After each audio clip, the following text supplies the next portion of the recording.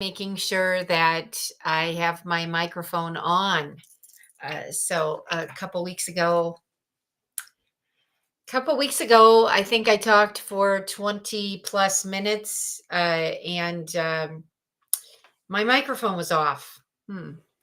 So lessons learned with technology. I've been using this Restream for less than a year, but long enough to know that um, I need to make sure that I check that every time instead of just, assuming obviously I could hear myself, but uh, hopefully that won't happen again because I will know to check it. But, anyways, like I was saying, today is Whatever It Takes Wednesday.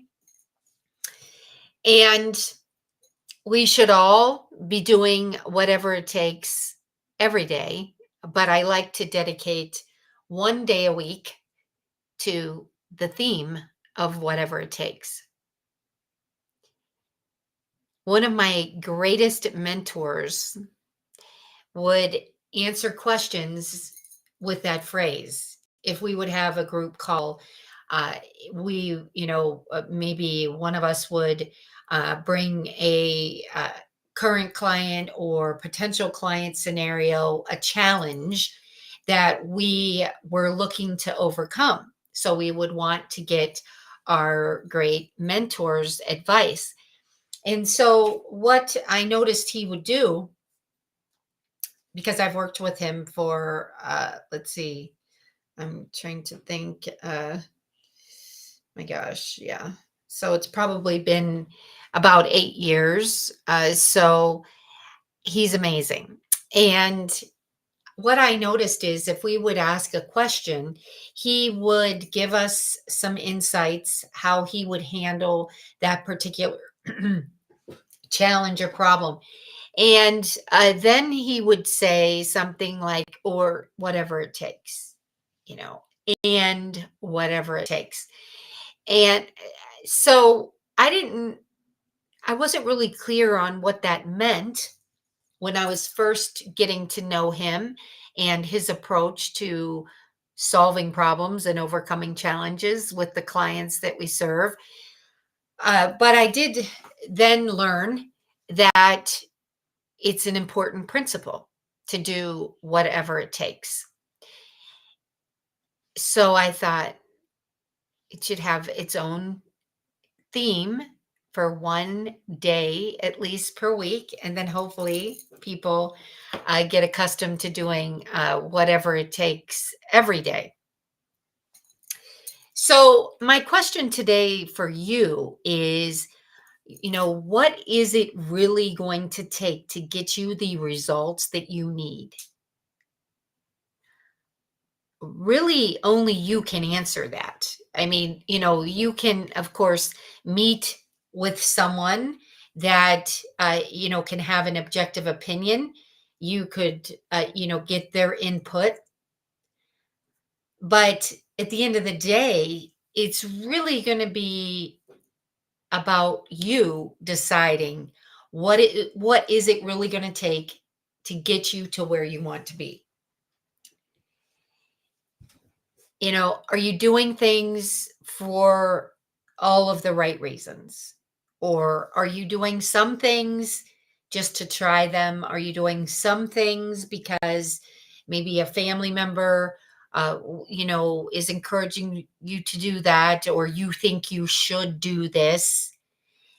If you feel that there is something that, if you happen to have a feeling like that things are out of sync, then, that needs to be addressed because chances are you won't get to where you want to be if things are out of sync.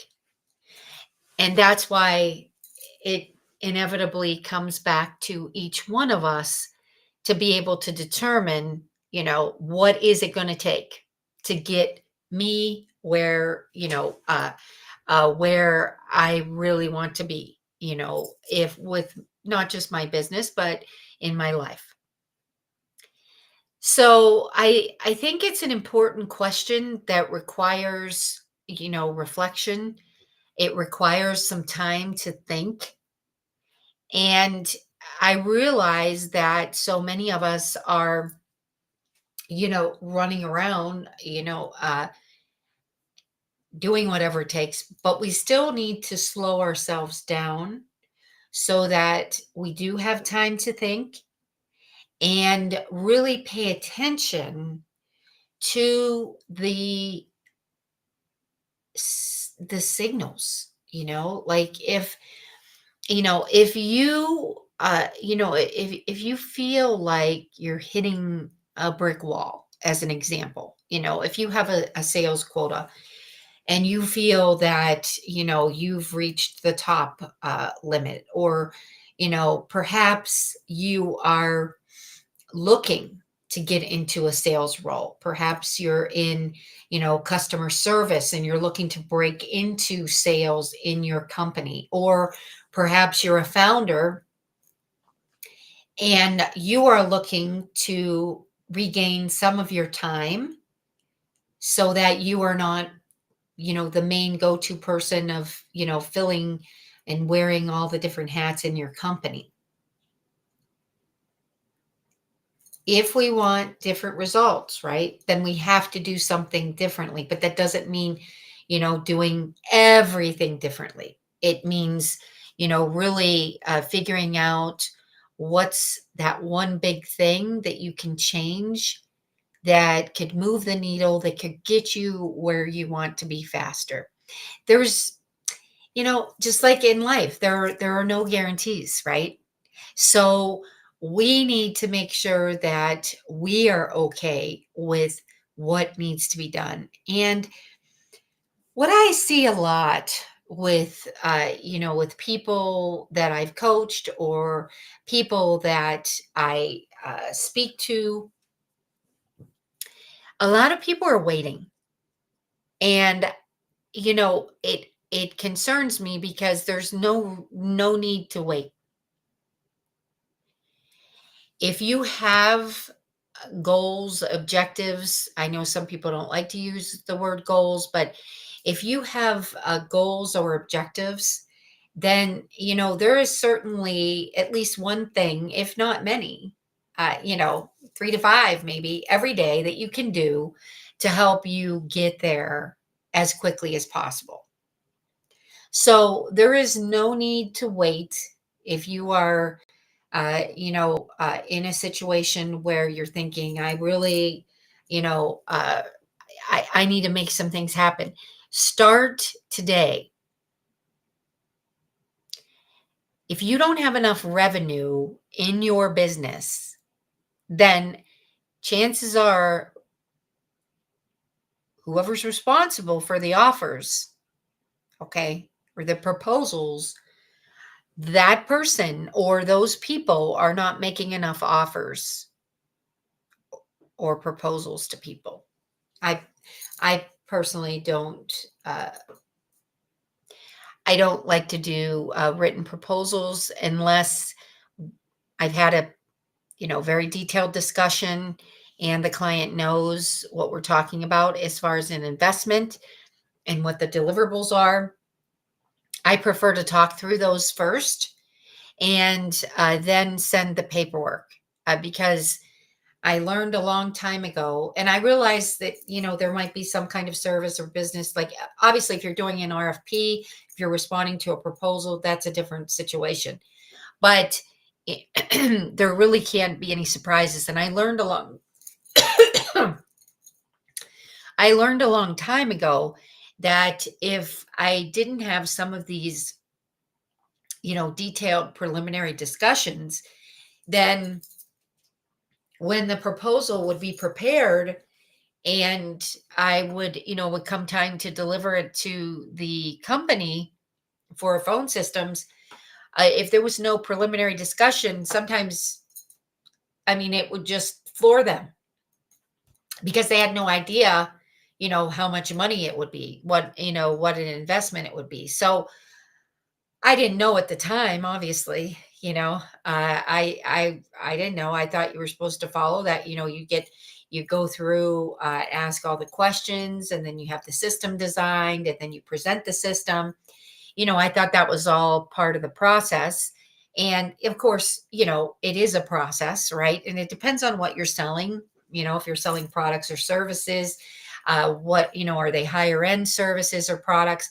But I learned that the best way is to plant some seeds and to certainly have some brief discussions. That's not saying that you have to, nor would you, go into like the full cost of everything and break everything down verbally. However, if you could do some ranges or say it would be approximately, you know, $1,997 per month, or our system, our all-in-one tech system with the training and the setup is, $9,888 for 90 days.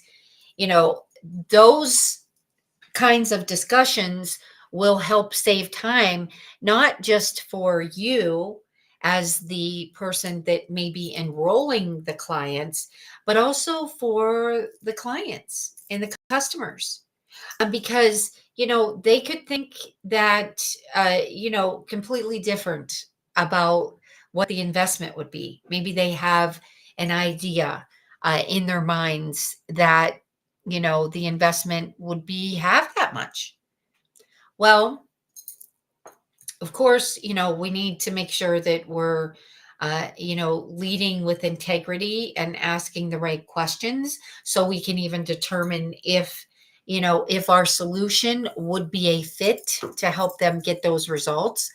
But, we're wasting time if we don't have some of those discussions, or do some of that via automation, which is what we help clients with, so that we can help them either qualify their, their business, or disqualify it. If it's something that they feel that they wouldn't be interested in doing, or they wouldn't be, willing to commit to a 15-minute live discussion, then, not a good fit at that time, not a good time. And, you know, I was leading a mastermind call earlier today, and this one happens to be with business coaches.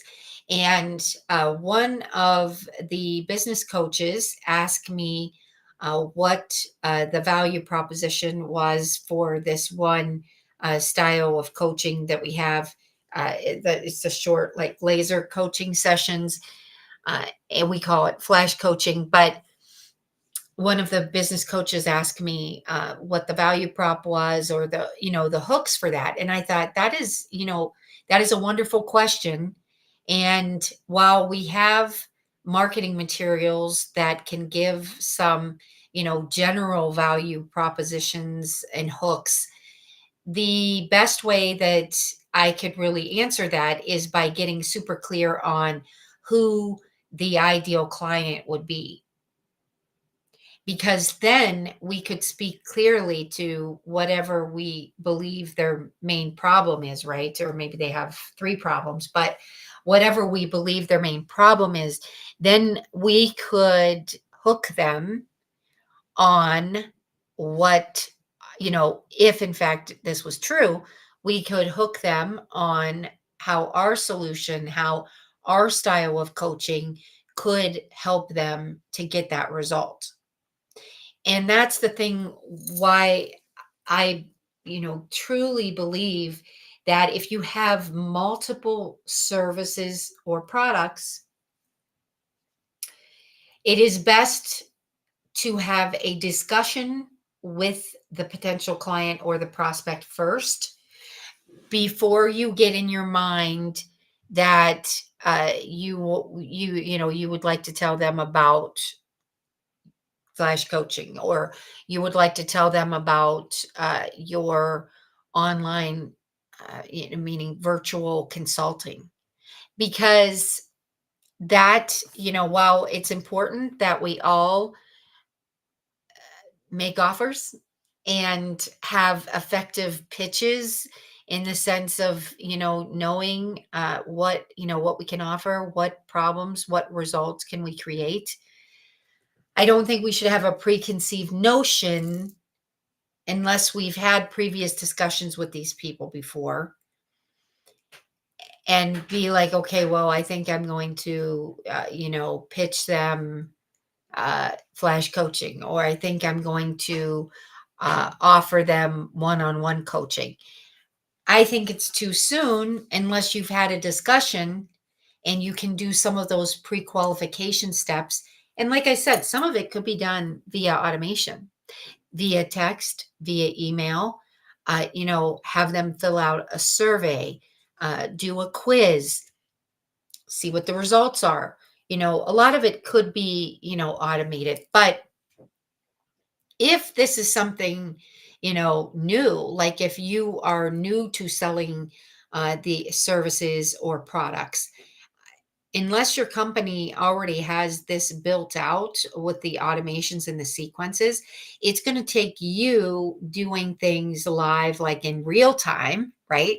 So then you can effectively map it out and, reverse engineer it and then figure out, which touch points can be automated because it definitely will save you time. However, if you haven't done this or no one in your company has done this before, then it's super important that you're able to identify those points that you can automate. And when I talk about points, I'm talking specifically about the touch points. I would say, when I first started in sales, it was estimated that 7 to 9 touch points. So, that would be in-person discussions, letters, like real letters that you'd send in the mail, handwritten notes, maybe some emails, maybe some kind of, a delivery that could speak to what services you might be talking with them about. But when I first started in sales, it was believed that there were like about 7 to 9 touch points required, sometimes before people even made a decision. That was on average. Sometimes it took more than that. Now, recently, I've read studies that indicate because of the, we live in a faster paced world, even that it could be 17 to 19 touches. And that, quite frankly, doesn't even surprise me. But 17 to 19 touches really isn't that difficult to get when you think today, right? We have texting, we have emails, we have, of course, the in person, we have the Zooms. Uh, you know, it doesn't take much to get to the 17 to 19 touch points. The problem is, though, sometimes we don't follow up or we don't hang in there long enough because it really is about how can we help that client get the result that they're seeking. you know you can use whatever terminology you want, right? Solving their problem, helping them get the results, helping them achieve the outcome, but they all mean the same thing. And if they need you to help them get that result, it's up to you to determine what the offer is going to be. Like maybe you have like a core offer and then you have an upsell and a downsell. But in order to know that, you have to talk to that prospect, whether it's written or, in person or a mix of things, so that you can actually really determine what's most important to them, because it doesn't matter what's important to you. It doesn't matter what the value proposition really is in the whole big scheme of things, or the hook, if you haven't validated the most important problem to them. Now, of course, it's important to be able to, as you're having a discussion, being able to really get clear on the priorities. But if your priorities are different than your client's priorities, there has to be, a more detailed discussion, and there has to be agreement. Maybe the agreement is to agree to disagree, but you have to be in sync with your client, because that's when it gets irritating. If quite frankly, if someone is trying to pitch me something that I didn't even say I wanted, it happens all the time on LinkedIn.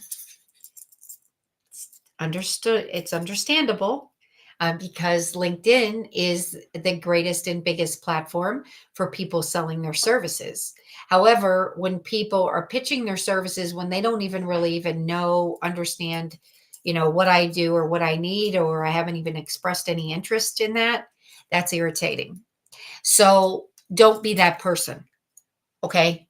Be the person that takes an interest in your prospect and schedule, 900 seconds. Work it in your calendar so you can have short 900 seconds discussions where you can figure out, does it make sense to go further? Is there a validated problem that you can help produce a result? So I'm curious to know, what are you thinking? As I speak about this, and like I said in the description, I was saying, what is it really going to take to get you where you want to be? Do you have goals? Do you want to scale your company? Are you looking, to get into a sales role? What is it? Because if you're not happy, if you're not satisfied, if you feel that, uh, you know, you could be doing more, then, something has to be done differently so that you can do the more and you can get the results. And it doesn't have to be, you don't have to be alone doing it. You know, Obviously, we get to where we want to be faster in most cases if we rely on people. If we hire someone to do the fractional work, or if we perhaps hire a coach, so that we have the accountability. We don't have to do it all alone. There are mentors, there are coaches, there are guides, and I encourage you not to do it alone, because chances are you will get to where you want to be faster if you have some accountability and some guidance. And of course, delegation is huge. You know, even if, uh, you know, even if you are on a limited budget at the time, like let's say you're running a startup. Even if you are on a limited budget, there are ways that certain tasks can be delegated. There are certainly ways where internship programs, different ways that you can delegate some of the tasks. Like, start with a task that you really don't like, that you could